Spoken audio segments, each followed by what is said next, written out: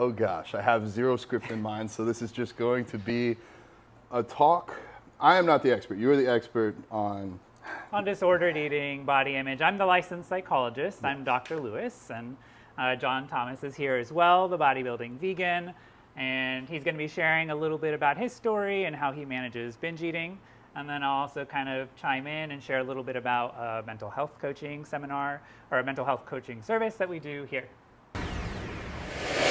Lewis has been helping me. We just had our 5th session on disordered eating, and this is something that's been with me for a very long time. I am John Thomas, the bodybuilding vegan. That's how most people know me. So I think it's going to be important for me to give a little bit of backstory about myself, and then where the disordered eating came in, and then what we were able to do to fix it. We have some live people here in the audience, so I did want to find ways to keep y'all engaged. There's a few of y'all. So first, before I dive into more about me, can anybody guess my favorite color? Purple. Red. I haven't heard it yet. I'm not going to say it. You already know it. Yellow. No? Is it not green? It's not green. Black. I know. Yeah. I know, most people would think it's Wait, green. I really thought it was green. It's not green? I still haven't heard I thought it. this was a joke. Orange. Blue. Blue. So we're gonna give you Oh. a Green Bites dessert, high protein, gluten-free. Yeah, blue. So blue is my favorite color. I don't know what that has to do with this, but I thought it would maybe get people engaged. A lot of people think it's green because that's what I promote, but anywho.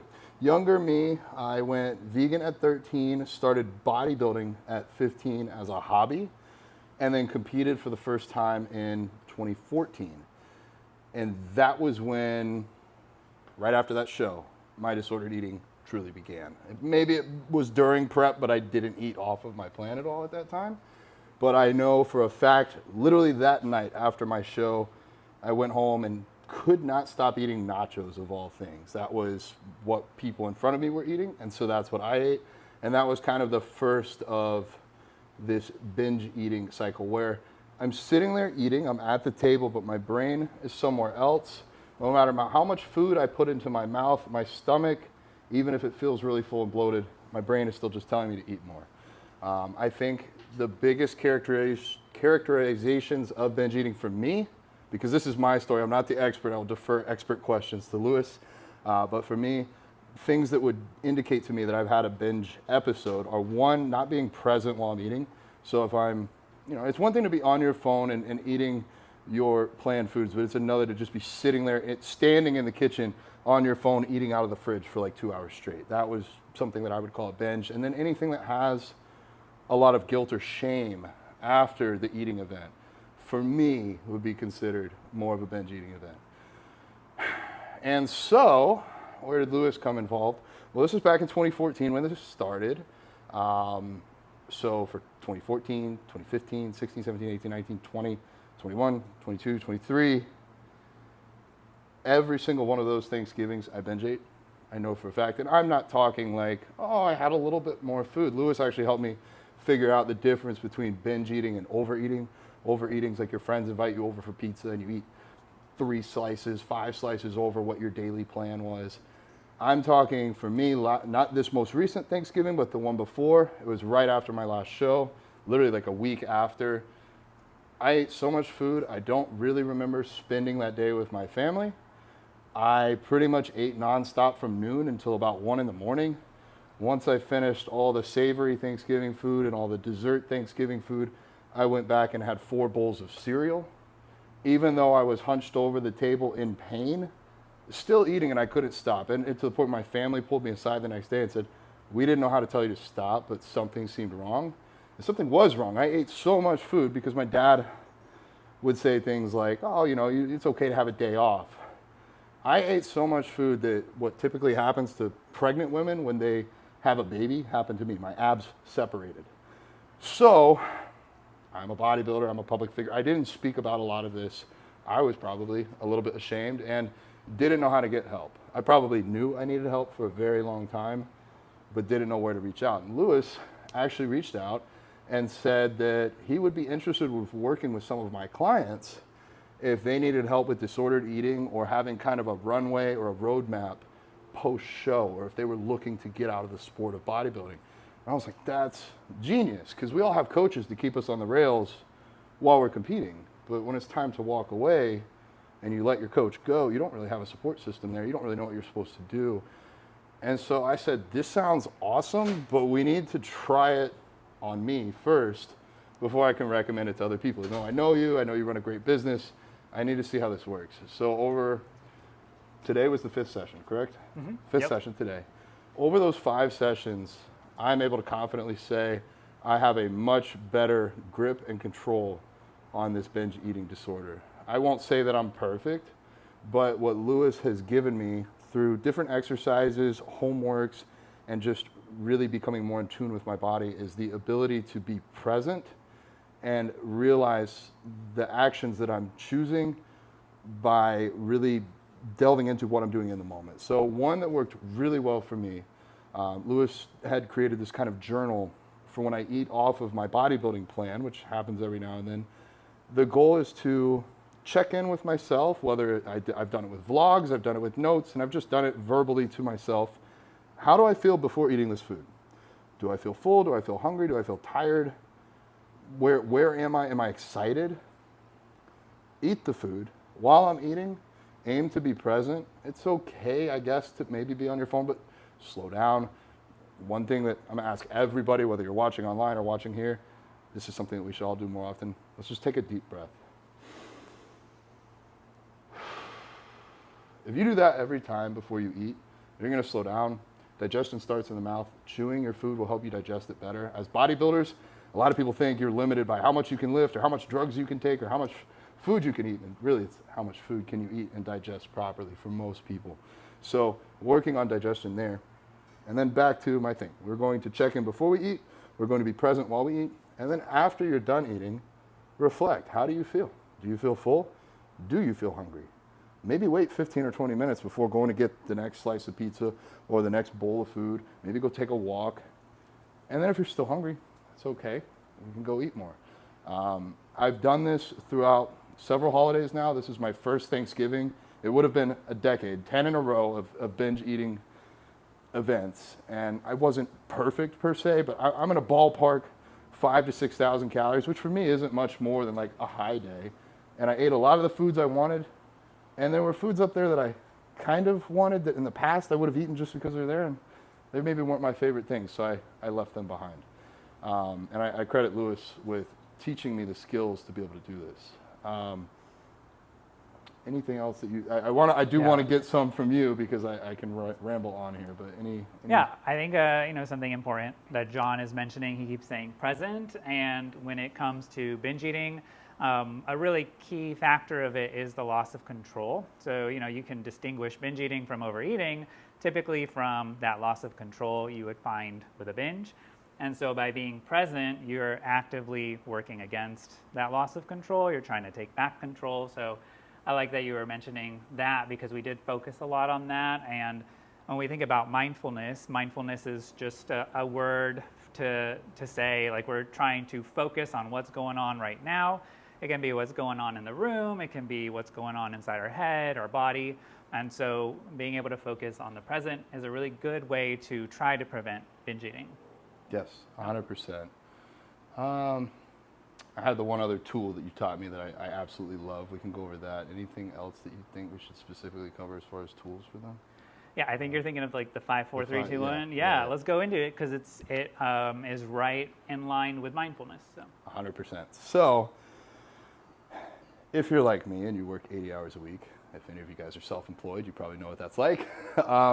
Your brain can be in a lot of places at once. So whether you're on a date with your significant other, happens a lot for me, or whether you're trying to hang out with someone or just be present in the moment, do yoga or meditation, my brain can go in a million places. And it can be hard for me to quiet out the noise and focus on what's important, what's in front of me right now. And Lewis taught me the 5, 4, 3, 2, 1 method, which I think just takes us back to being a little bit more pre-technology, pre all the million distractions. So what are 5 things that you can see right now?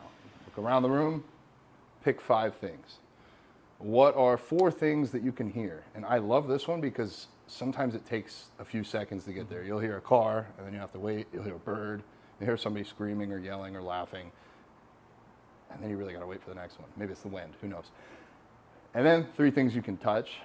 For me, I know this is like a big thing for maybe not yoga, but like more spiritual people. But like I could touch Lewis, I could touch the wall. But for me, like what made this so real the other day was actually bending down and like touching the dirt.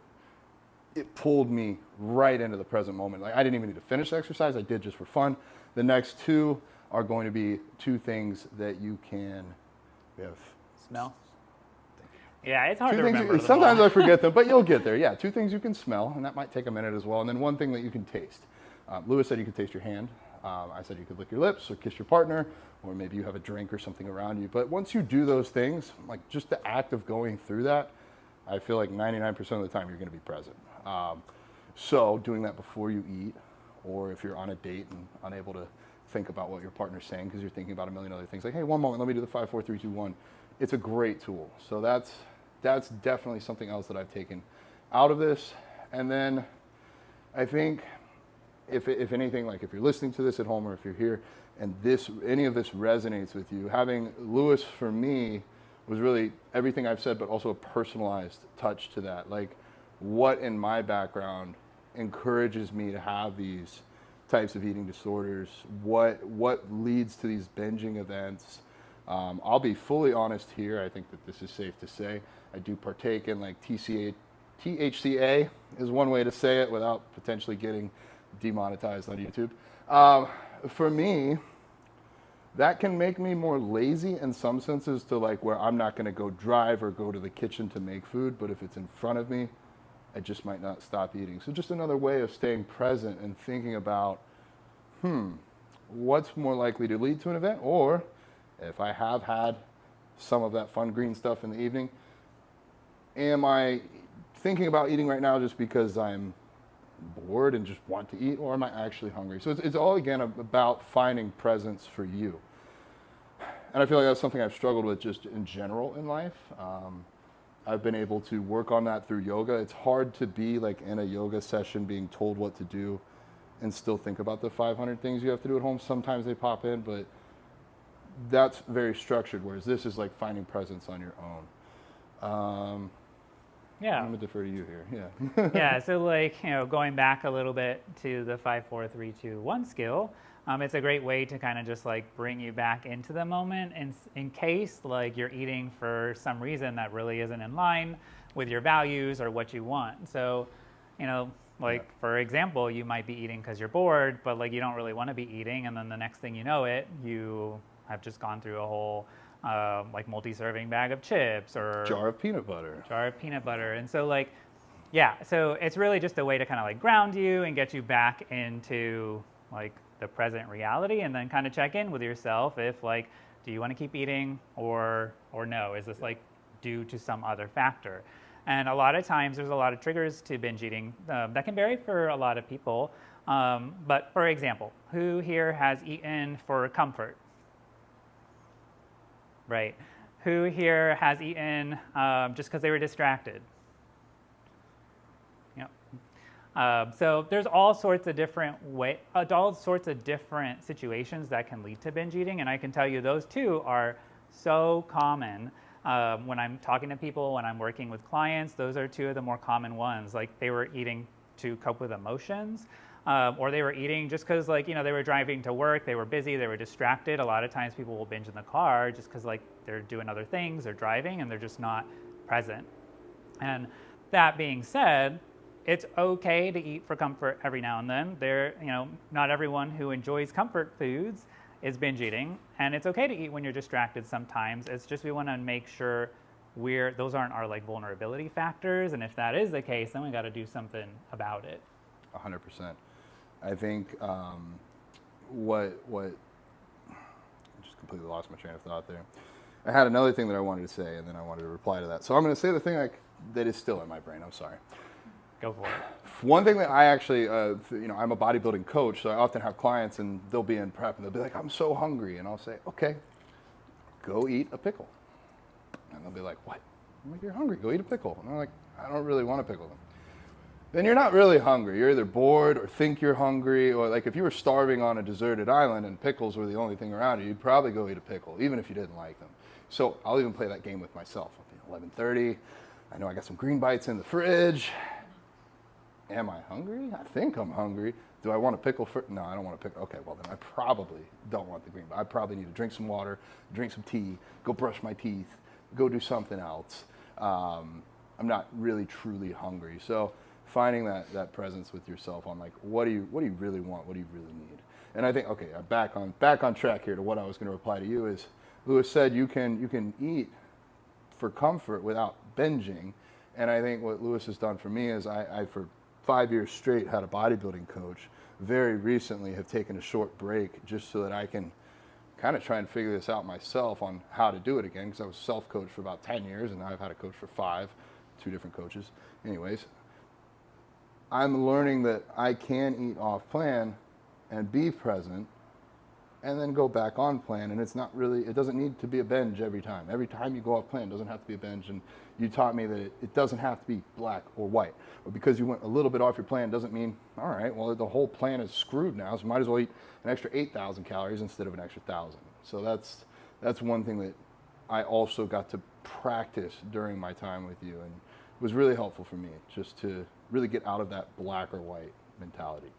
And I think Lewis has hit on it too. Depending upon where you're coming from, he'll be able, if you work with him, to give you personalized advice, but like maybe you don't think you're good enough to do something, or maybe you don't think you deserve success, so you self-sabotage and throw in the towel before you even get there. Like I know that has happened with some of my clients. I don't think that's something that I've personally dealt with as much, but I know just from reading the materials you've given me that some people experience that. Yeah. Yeah, and so it varies for everyone what it looks like managing binge eating. So typically, what we would start with, and this kind of goes into some of the mental health coaching, kind of like general information, is like if I were to say work with someone with binge eating, we would typically try to start with some awareness building to figure out like what are your triggers, like what are the problems we actually have to solve. And so like for us, we kind of realized like mindfulness was the route to go just because of the unique triggers for you. But that might look different for someone else. So like if they're binging because of their emotions, they're dealing with a lot of anger, or they're dealing with like a really chaotic work schedule, and so they get stressed and anxious and then they eat, then we would talk about maybe different skills. So maybe we would incorporate like the mindfulness, the 5, 4, 3, 2, 1, but maybe then we would also talk about other distress tolerance skills to make that stress or anxiety go from up here to like down here, and then decide, okay, do we still want to eat whatever it is we were going to eat? So it's really, variable, what you need to do to be able to manage your own eating problems. But that's like, the benefit of working, with a licensed psychologist is like, I'm trained on kind of like helping you discover those things, helping you build awareness into your problems. That way you're not just going off of someone else's problems if those aren't the same problems that you struggle with. So with the mental health coaching, I really try to focus on things in the fitness community, things like body image, eating problems. Binge eating is certainly one of the bigger ones, but if there's like severe restriction or purging, trying to compensate for the calories you're taking in, I work with those things as well as mood regulation, because that is just something that is difficult for like everyone, and especially if you're competing in a bodybuilding show, there's going to be a lot of mood swings and a lot of mood regulation that you may need help with. So that's the kind of stuff that I try to offer through the mental health coaching, and we just kind of focused on the binge eating side of it, but there's a lot to it. Yeah. Have you competed yourself before? No. No. Okay. Just wanted to ask. And I probably wouldn't, just because I don't know that it aligns with my values. I have thought about it, but like I don't think the things that I want to accomplish and that are important to me are not necessarily the competitive side of bodybuilding. I could see why it's important to a lot of other people, but like I don't think I could put myself to the level of like distress that you would need to put yourself through to compete and be successful. Can I get the audience to raise your hand if you're a competitor or former competitor? Okay. Thank you, guys. I was just curious. I just wanted to speak on that because For those of you that don't know, whether natural or enhanced, competing is not healthy. There is no way to get on stage in shape and be healthy. There is, for men, you're going to stop having boners, stop wanting to have sex. You're going to really just to get that lean. It is going to mess with your hormones, especially if you're natural. For women, 80 to 90% of my female clients lose their period before competing. If you're not having a period, your body's telling you, hey, we're not healthy enough to have kids, so not healthy. So all of that to be said, Lewis hasn't stepped on stage himself. I have. I've worked with you, and I believe that you have enough functional knowledge of the sport and what goes on in and on around it that just because you haven't been on stage yourself doesn't mean you couldn't help someone. I mean, you've helped me in 5 sessions. That is what blew my mind, and that's what I think the value of a coach isn't teaching you what you truly couldn't ever learn on your own, maybe to an extent, but more of, do you want to spend another 10 years figuring this out or 5 sessions? That's where I see the value. I've had a coach for bodybuilding. I've had a financial advisor, which is like a coach for finances. I've had many years of therapy. I have had business coaches. And now I can say I've had a behavioral coach, an eating disorder coach, and it worked. So I just want to say thank you. We did 4 sessions virtually. I mean, we live 45 minutes away, but I work 10 to 15 hours a day. So driving even that just felt overwhelming. And he's like, no, we can just hop on, do a FaceTime. It was great. And then we did our very first session here today. And our very first in-person session today. We actually recorded it. I'm very, hopefully, open. Hopefully you guys can see that. I'm here to answer any questions as well. But we recorded that just so you guys could kind of get a feel, if you do an in-person session, what that looks like. I'm not getting directly compensated for any of this. So these are my honest, true experiences with you. Where I see the value is now my clients, when they decide they're done competing, I have a really good resource to send them to. So that I would just say, go have fun in the real world and get smacked in the face like I did and develop an eating disorder that you don't know how to get out of. So as far as disordered eating goes, I think I've said all that I can say on my journey. Were there any closing words for you on it? And then I do have a couple other things, a couple more giveaways to do. No, I don't know that there's anything too much to add. I know we focused on the binge eating side of things. So like if anyone watching this is struggling with something in the realm of eating that is not binge eating, that doesn't mean it's not like something worth looking into. It's just, one of the more common ones we see in the fitness community, and certainly the one we worked on. So yeah, disordered eating is like an umbrella term, but it includes all sorts of stuff like binge eating, over restriction, purging of calories. And notice over restriction because, if you want to lose weight or if you want to compete in bodybuilding, like restriction is kind of normal, but there is a way to restrict in a way that is at least a little bit healthier and that can help prevent future disordered eating, but over restriction can be a big problem. One of the biggest things I run into as a coach is people wanting to come to me and do like, I can do 1,000 calories a day. I can do 500 calories worth of cardio every single day. And it has a rebound effect. You can do that for a week, sure. But then you're going to fall off and you're going to binge eat and you're going to gain all that weight back. And you're going to be 3 weeks later back at square one. So it's about finding that intentional line that we can kind of cross. Now, competing is a whole nother beast, but still, your body can only lose so much fat per day. Going over that, if you try to create a deficit bigger, you're going to lose muscle. Not a good thing. I meant to say this at the beginning. I had 3 goals today where this would be considered successful for me. The first would be that at least you laughed or smiled once. I think I've mostly seen that. I'll do a backflip or something if that would help. I can't do a backflip. The color part helped with that. The color part helped. Okay, yeah, you guys are late, so I get to pick on you. I actually have a gift for the winner. Sir, what do you think my favorite color is? Green. Great guess. That's my brother's favorite color. Orange. Nope. Pink. Nope. Yellow. Nope. Oh, I don't know if no. I'm wearing it, but we can just keep going through. Yeah, he's totally not. Yeah. Blue. Maybe you guys can share. That's gluten-free, high in protein, plant-based, awesome thing called a Green Bites Go. I know this is a disordered eating event. Actually, I'm not perfect here. The other night, I did have about 4 of those after my regular meals. However, I wasn't on my phone. I wasn't watching TV. I was in the kitchen. And I'm like, I'm going to really enjoy these. I know it's a little bit over, but I think I'm hungry. I didn't really want the cucumber or the pickle, but it's not about being perfect. I made a conscious decision and maybe overate a little bit, but I think that is a big takeaway for me, is like not waking up 2 hours into it like, holy shit, that was a jar of peanut butter. What was I doing? More of like, I know what I'm doing. It's okay. I'm not about to get on stage. I can do this today. That was just last little bit of advice. And then, so the second thing was that you hopefully learned something. Hopefully everybody here learned something, at least like a skill that they could take away. The 5, 4, 3, 2, 1. You should patent that. You probably. I mean, it's already widely used. Either way, take it. I'm going to call it Lewis's 5, 4, 3, 2, 1 because that's how it was displayed to me. The third was me leaving you with some practical, usable ways to practice compassion and empathy, both for yourself and for others. So I do have a few more things to give away. I'll try and keep you guys interested. So first, is anyone here plant-based or vegan? Okay, we got a few. Well, you guys already won one, so I can't give it to you. Who would like to try something that is plant-based or vegan? Who's open-minded? Oh, got a winner. I'm scared. You're scared? I'll try it. Okay, well, I have in this pocket a $25 gift card to Vegan International Co., which is right around the corner. Okay.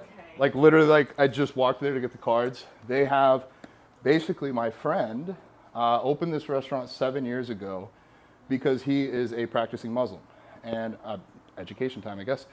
If you're a practicing Muslim, the meat that you eat has to be done through the halal method of slaughtering the animal. So the animal is not allowed to see another animal die. It's not allowed to see blood. It's not allowed to be have its throat slit with anything but a sharp knife. So he got to watch this process being done at 13 years old, 15 years old, 17 years old. And unfortunately to him, it wasn't up to standards. He saw dull knives being used. He watched animals getting shoved into crates, multiple animals being killed at once. So he decided, I want to be Muslim. I want to eat halal meat only. How can I make sure every single time that I sit down that these animals are slaughtered correctly? Easiest way was just to not use animals. So he makes gyros, chicken sandwiches, pizza empanadas, all these different things. And if I hadn't told you it was vegan, I just said, here, try this.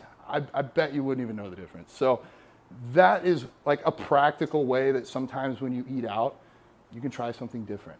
I've been vegan for 19 years, so I thought it was interesting that all this disordered eating happened later on, so it wasn't like a vegan thing. It wasn't really anything outside of bodybuilding. This doesn't really directly tie in, but I do want to educate you guys on a few other topics. All right, so I have another gift card to NYX, and this one, we're gonna play a guessing game. Oh boy. I think statistics are important. I should have done some statistics on the number of people that identify as having like an eating disorder, but I want the people in the room, maybe one of you already knows, to take a guess in billions, how many land animals we kill per year to feed the world? 12 billion. Higher. 26 billion. Higher. 72 billion. Higher. 300 A little bit lower. billion. 175. Lower than that. Lewis, I'm going to give it, well, you've already been, so I'll let you pick a winner. But it is estimated between 80 and 92 billion land animals killed per year. Your 300 is close. A trillion is 1,000 billion. Once we include land and sea animals, we're at about over a trillion a year. It's a number that I don't even know what a billion pennies would look like. But to think of 80 billion animals that were born, that wanted to live, that are having their lives taken for us to eat, it's a lot. It's a lot. And so maybe you guys aren't animal lovers. This might be funny to you. I'm not an animal lover. I don't really pet dogs or play with cats or any of that. I just don't want to take lives from other animals to feed myself. But this is deeper. And I know this is probably y'all didn't I didn't sign up for this lecture, but it's deeper than just animal rights. It's deeper than just the environment. This is also about human rights. Because when we look at the people that run slaughterhouses, they're often convicted felons, minorities, and they're basically forced into this almost slave labor, being paid on average around the world $1 a day to go kill animals. And when we look at PTSD rates and depression rates, I know depression because I looked this up before, people that work in slaughterhouses are diagnosed with depression 4 times the national average. And according to the Bureau of Labor Statistics, the highest repetitive injury job in the United States is meatpacking. Out of everything else that you could possibly, washing floors, working on windows, in a factory, making cars, it's meatpacking. So when we look at this less as just about the animals or just about the environment, but what can we do for fellow humans, it's just something to consider. So I have some other gift cards. Who would like to go to Nick's? Well, Oh, yeah? I was going to give mine to JoJo, but You give, and I'll get, you guys can share. So here you go. I Since you guessed. absolutely love They are Nick's good. restaurant, so I'll shout him out anytime I can. He's served over 1 million vegan meals between his restaurant here and the one that he owns in New York.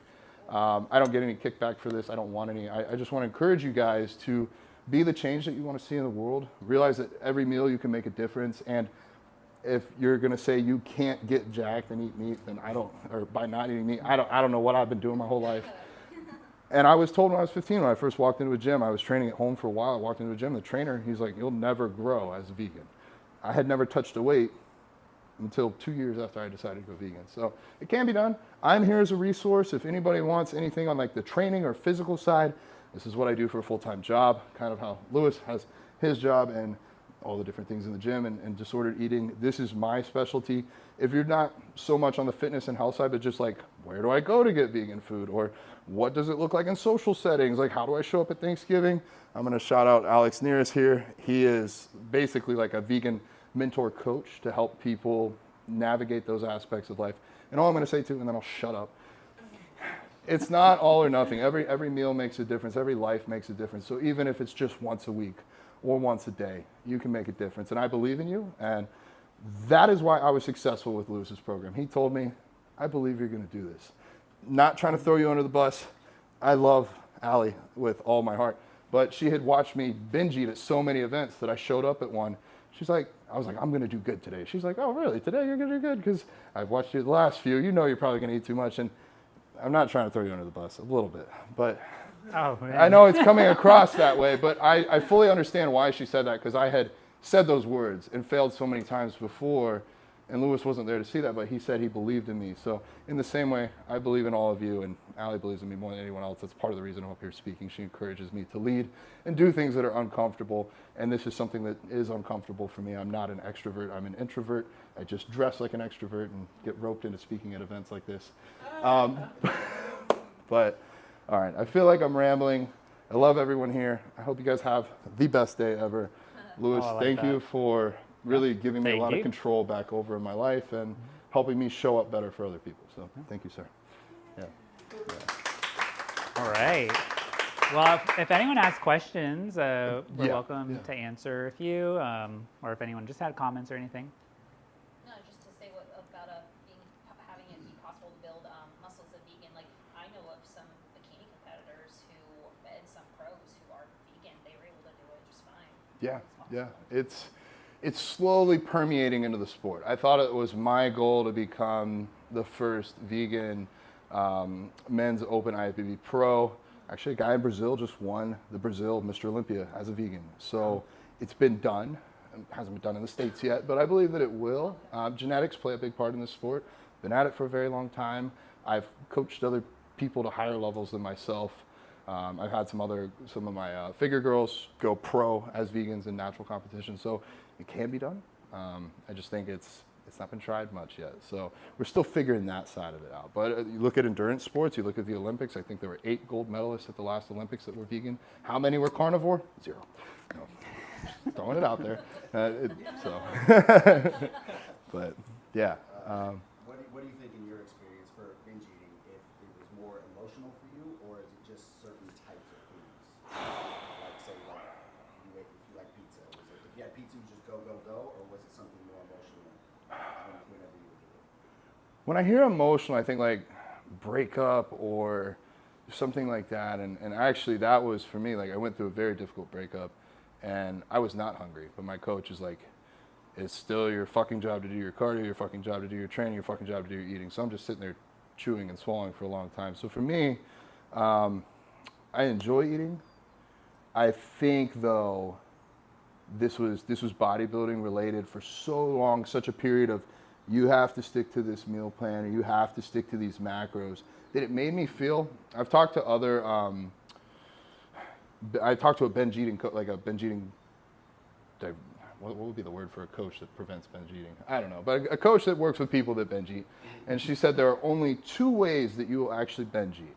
If you experience a period of perceived restriction or an event of true restriction. We had this cat and it would eat whole loaves of bread. Like it would eat the plastic and then eat the whole loaf of bread. It didn't matter how fat this cat got because when we found it, it was pregnant, it lost all the babies, it was like rail thin. That thing, its entire life, just would never stop eating. And after I competed, I'm like, I understand that cat now. Like, this is a bottomless pit. It doesn't matter how much it hurts, I could eat another green bite. So I think for me, like even right now, taking a step back from being coached after 5 years straight, it's funny how this just lined up like within a month of me deciding to do that. I had no plans of doing that. But now, like, I've eaten out twice this week. I might go eat out again today. And I think it's like, oh, I'll go out to eat again. Or I'm hungry tonight, but I get 5 meals tomorrow or 6 meals tomorrow. And realizing that it's not all or nothing right now. Or just because today's like my cheat day doesn't mean I need to fit a year's worth of cheating into today. You know, if there's like an asteroid coming to hit the Earth, I might binge eat one more time. But otherwise, I know that we got tomorrow, so I don't have to do it today. So I don't think for me that it was so much emotional. Like it didn't really matter with external stressors going on in my life. It was more of, ooh, cheat meal day. Or it was really supposed to be cheat meal, but then it turns into cheat day. Yeah. So, and I think even just removing that, like with my clients, I never call it a cheat meal. I call it either a refeed meal or realistically for like my lifestyle clients, I call it a life enrichment meal.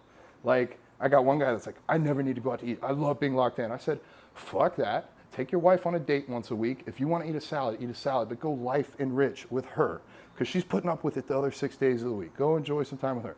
Allie mentioned pizza today. I was going to go to Nick's, but maybe we'll go get pizza. There is vegan pizza out there. And again, if we do that, maybe we'll take a walk after. I feel like I've rambled a lot, but really for me, it was just that being so restricted, because for bodybuilding, you're taught like you have to stick to this. And I don't know the full answer there. I know the way that it's been done with the you have to be so restricted, but then I was also told the way you have to eat meat, and that wasn't true. So I'm learning a lot of things I've been taught aren't true. And I was talking to Lewis in our last session that, you know, Allie has given me so much presence in where I'm at mentally and helped me slow down. She's more of like a life coach for just getting her shit together.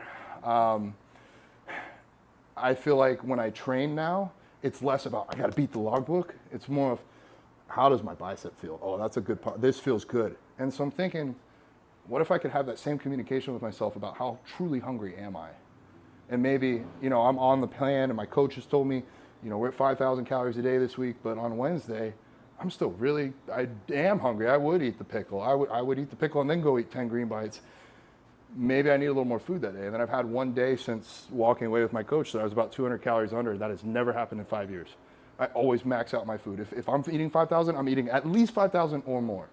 And I was like, I'm really full. I'm going to stop at 4,800. I'm cool with that. And I'm just making up numbers. The numbers aren't exactly this. But like, I allowed myself on a day that I just didn't really feel like I needed it. Now, been doing this for 15 years. I kind of know how my body responds.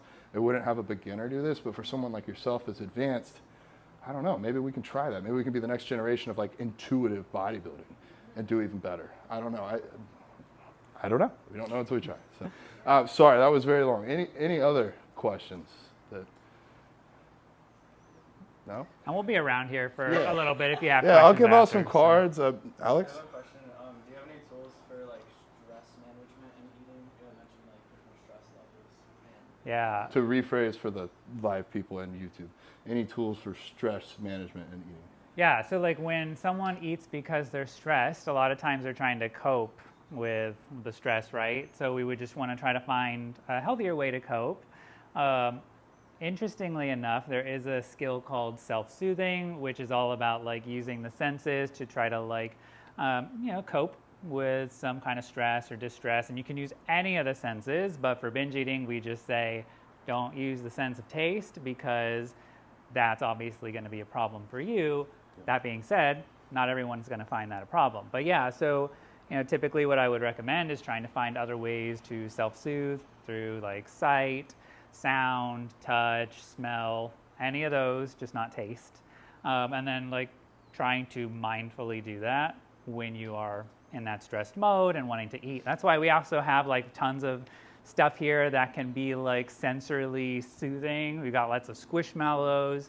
We got like smell good things over there.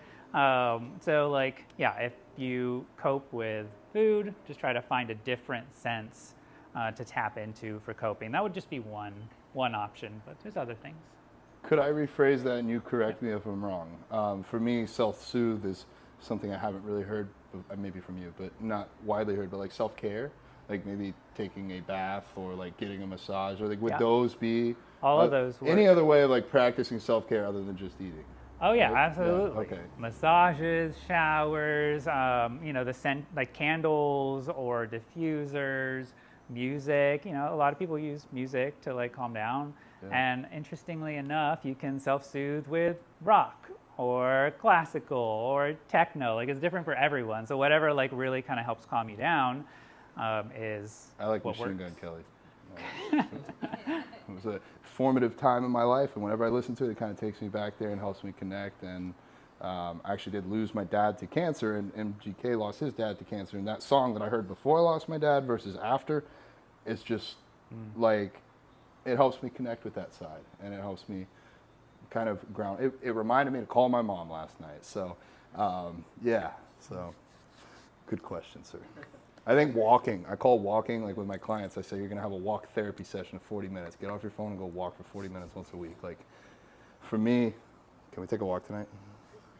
I feel like we walk everywhere. Yeah, we walk a lot. We've been known to get 30,000 steps because that's like, for me, it's like I clean the slate. If I can go 30,000 steps, then my head is cleared of all the crap, and then I can get back to work. But that's a lot. But y'all can do whatever you want. Any other questions before we wrap it up? No? We can hang out here after off air too. So. Did you notice a difference? So I don't know, because I know you've competed. I've competed before as well a couple times. Did you notice a difference in your off season? Because currently you're in your off season. You're a little bit more intuitive now with your food choices and like the frequency in which you eat. Yeah. Do you notice a difference in how you view yourself? Like I ate unplanned on Monday, and then I wake up and I look this way. But even if I ate off plan on Tuesday, I look different. I look the same. Or for like, how do I say this? When you eat off plan, does it bother you because you feel like your physique is mimicking that, and it gets in your head? Although you look the same, like you would have looked the same if you ate on plan regardless.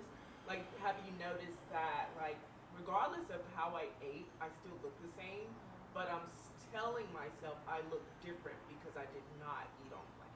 Did you ever experience that as a competitor in the off season? Yes, and in prep and all around it. I think as a bodybuilder yourself, you look at yourself more than anyone else, and you look at yourself in a negative light more than anyone else. And that's just, I think it's like, people see me look in the mirror and they're like, wow, this guy probably thinks he looks good. And I'm like, no, damn, I look fat, and this calf doesn't match that one. And like, I don't like how my stomach looks. Like those, I mean, the third one was actually me being honest. So it's hard to be objective, and that's why I really did value having my coach, because I'd send my check-ins and I'd be like, I just don't look good right now, but I followed the plan. He's like, dude, you're tightening up, and like you look better and you're bigger. I can see this from the last month versus like, I'm like, oh, okay, good. And now that I'm being on more of my own journey, I'll look in the mirror, I'll use the scale, I'll use my performance in the gym, and also even just kind of how am I feeling? Like, do I feel tighter? Do I feel looser? Like, I know that's not a black and white thing, but I think it's all of those. And if you're going to be self-coached, then you really got to kind of get more in tune with yourself. I'm realizing that again right now, because I had that for a long time when I was younger, and that was a big thing that held me back. It's like I want to have the abs year round. So I stayed at like 180 pounds for the longest time. And it's like, you're not going to be an open pro if you're staying that small. So setting a goal and kind of having that leeway. For me, I'm a little bit all over the place right now. I've weighed anywhere from 245 to 250 in the last week. So it's kind of like, I'm figuring it out. But my performance in the gym is going well. I have, like I said, structured my training to be more kind of feel-based. I still have a logbook. I don't always, like today I didn't follow it because I'm at a different gym and got here 2 hours early, so worked out. But I'm by doing that, I haven't gotten injured in a very long time, so I'm very grateful for that. It's not easy, dude. we've picked one of the hardest sports in the world because it's not did you make the ball in the hole. It's do you look better than you did last time and better than everybody else, and what does better even mean? You know, especially for ladies. That I feel like for men's open bodybuilding, bigger and leaner always. Like you can't ever be too big or too lean. For you now have to fit into a subjective category. Yeah. And now they just added another box. What's that? Criteria changes every year. Yes. It's going to be your division will look completely different in 5 years, and then it'll recycle. Yeah. Like bikini, now they have their like what is the new one? Help me out here. Fit model. Bikini used to be fit model. Now bikini's like Bigger. yeah. I've trained with some bikini competitors, and I'm like, damn, okay, like this is legit. Yeah. All right. We can cut it off here. Yeah. I will put for the YouTube, Instagram. I can't do this, but check out Forged Fitness. You'll find Lewis. I'll put his contact info below if you want to work with him. He does virtual. He does in person. And I can say in 5 sessions, my life was actually changed, and I have some tools that I can help my clients with now, and I have an expert to send them to when it's outside of my capabilities. So thank you, sir. Yep, of course. And thank you guys for playing along. Yeah. Yes, thanks for coming, guys. Great. Awesome, thank you. Thank you, brother.